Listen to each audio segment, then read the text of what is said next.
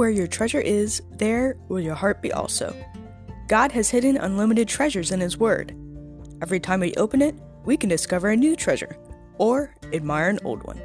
What will we find today? Let's dig in. Here's Carla Early with Treasure Hunt in the Word.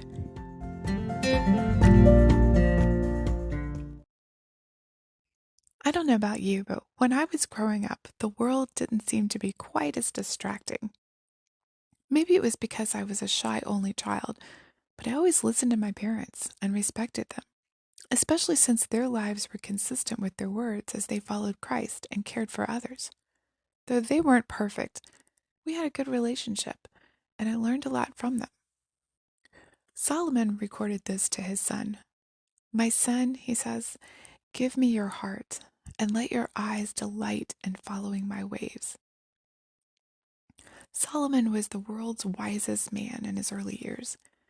He wanted to pass his wisdom on to his son, too, so he wouldn't be led astray by the various distractions this world has to offer.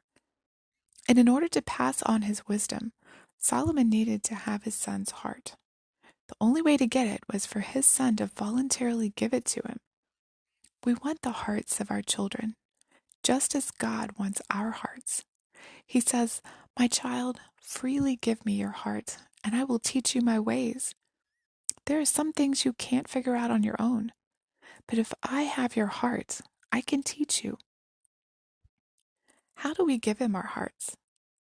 We must love him first and foremost. Seek his kingdom first. Our thoughts should be directed toward him, not ourselves, not this world. And that's hard to do. The physical world is so distracting, isn't it? Our heart can get so divided, but the Lord wants all of us. It's an all or nothing thing. Remember, Jesus said, "You shall love the Lord your God with all your heart and all your soul and with all your mind." In giving him our heart, it means that we're inviting him to set up his throne there and control everything in our lives.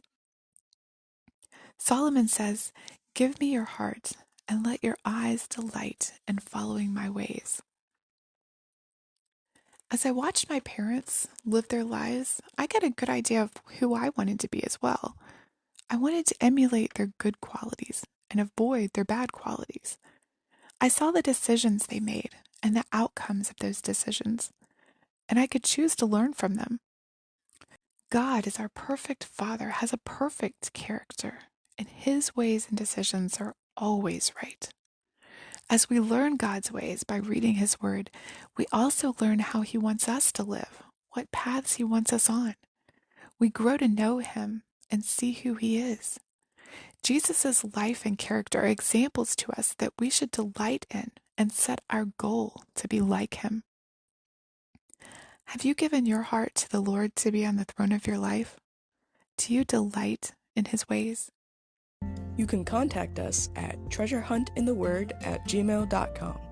Also, if you'd like to share a treasure God has given you by doing an episode, please contact us. You can listen to other episodes on our website, which you'll find in the description below. Thanks for listening, and remember, where your treasure is, there will your heart be also.